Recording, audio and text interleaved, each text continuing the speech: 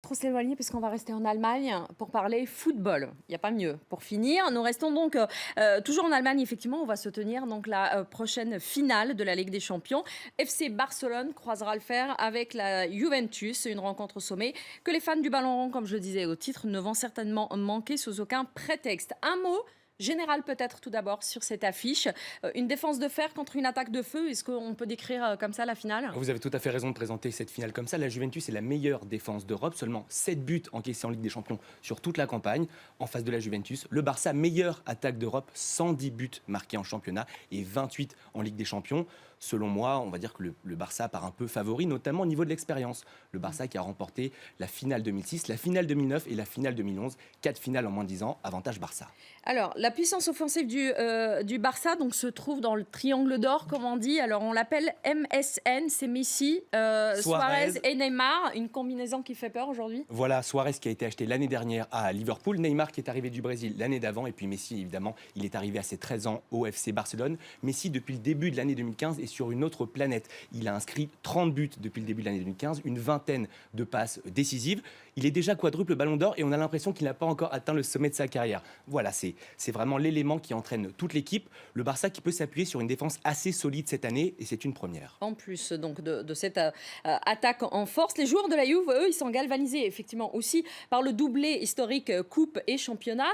Quelles sont les vraies chances de la Juventus face au Barça ? Gianluigi Buffon, le gardien de la Juventus de Turin, justement, en a parlé il y a une semaine. Il a estimé évidemment que le Barça était le grand favori de cette compétition, de cette finale, mais il a estimé évidemment qu'il avait quelques armes pour lutter, notamment la défense, on en a parlé, elle est emmenée par Giorgio Chiellini, l'Italien, à ses côtés évidemment Barzagli, voilà, les latéraux, Patrice Evra, le Français. Au milieu de terrain, il y a un autre champion du monde, Andrea Pirlo, champion du monde en 2006. Évidemment, cette équipe, elle est emmenée par un duo d'attaquants impressionnants, Carlos Tevez, l'Argentin, et Alvaro Morata, l'Espagnol, qui s'est révélé cette année sur la scène européenne.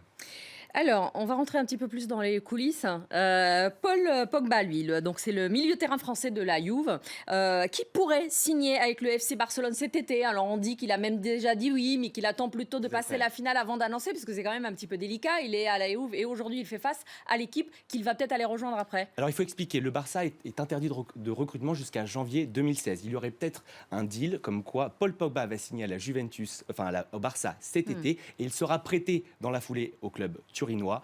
C'est une hypothèse à laquelle moi je ne crois pas trop. Je pense que Paul Pogba a plus le jeu pour jouer peut-être au Real Madrid, car le Barça a un jeu de conservation de ballon, vous savez, le tiki-taka, le fameux jeu barcelonais, et Paul Pogba est un joueur qui se porte très vite vers l'avant. Je ne suis pas sûr que le Barça serait le meilleur profil pour ce joueur. Alors, sachant qu'il y a eu quand même des informations à un moment donné, parce qu'il y avait le PSG qui était là, mais il aurait un peu fait monter les enchères en attendant de choisir. Voilà, est-ce qu'un joueur français, le joyau du football français, veut aller en France ? On n'est jamais prophète dans son pays, comme on dit. Donc voilà, évidemment, le Barça et le Real sont les deux plus grands clubs de la planète football.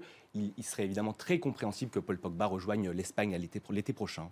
Alors, il y a une petite histoire et des retrouvailles un peu croustillantes, si je puis dire. Si je peux dire, ouais, cette fois-ci, ce sont celles de Luis Suarez. Alors, lui, c'est l'attaquant uruguayen du FC Barcelone, avec Giorgio, alors ça se prononce... Giorgio Chiellini. Chiellini, voilà. C'est le défenseur italien de la Juve, et surtout, c'est celui qui a été, je vais dire, un mordu de Suarez. Mais oui, voilà, on s'en souvient tous à la Coupe du Monde au Brésil. Luis Suarez qui avait mordu à l'épaule Giorgio Chiellini.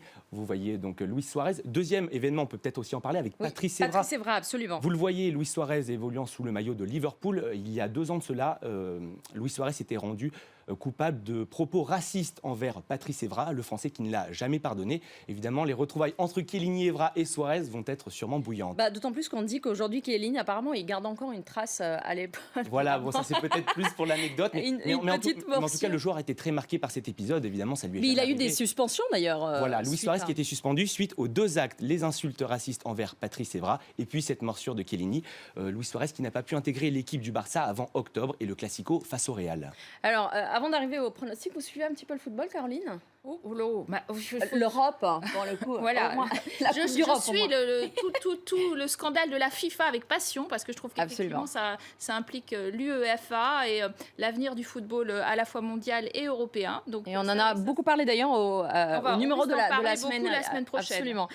Pour finir, peut-être un pronostic, Florent ? Bon, je pense que le Barça va gagner. Il y a un élément que les spécialistes ne pointent pas trop, c'est le parcours du Barça dans cette Ligue des Champions. En 8e de finale, ils ont éliminé Manchester City, champion d'Angleterre en titre. En quart de finale, le PSG, champion de France en titre. En demi-finale, le Bayern Munich, champion d'Allemagne en titre. Et en finale, c'est la Juventus, championne d'Italie en titre. Donc voilà, la Ligue des Champions porte bien son nom pour les Catalans, qui, je pense, vont remporter la compétition. Donc à suivre, on verra la semaine prochaine. Allez, 2-0. 2-0 en plus. Allez, 2-0. Allez, on prend les paris. Merci beaucoup Florent pour toutes ces explications. Merci Caroline d'avoir été avec nous. Je vous remercie aussi d'avoir été avec nous cette nouvelle fois pour ce nouveau numéro de Demain à la Une. Je vous retrouve avec le même plaisir la semaine prochaine, toujours sur France 24 à la même heure. Et en attendant, n'oubliez pas que l'avenir n'est qu'un présent qui s'ignore. Au revoir.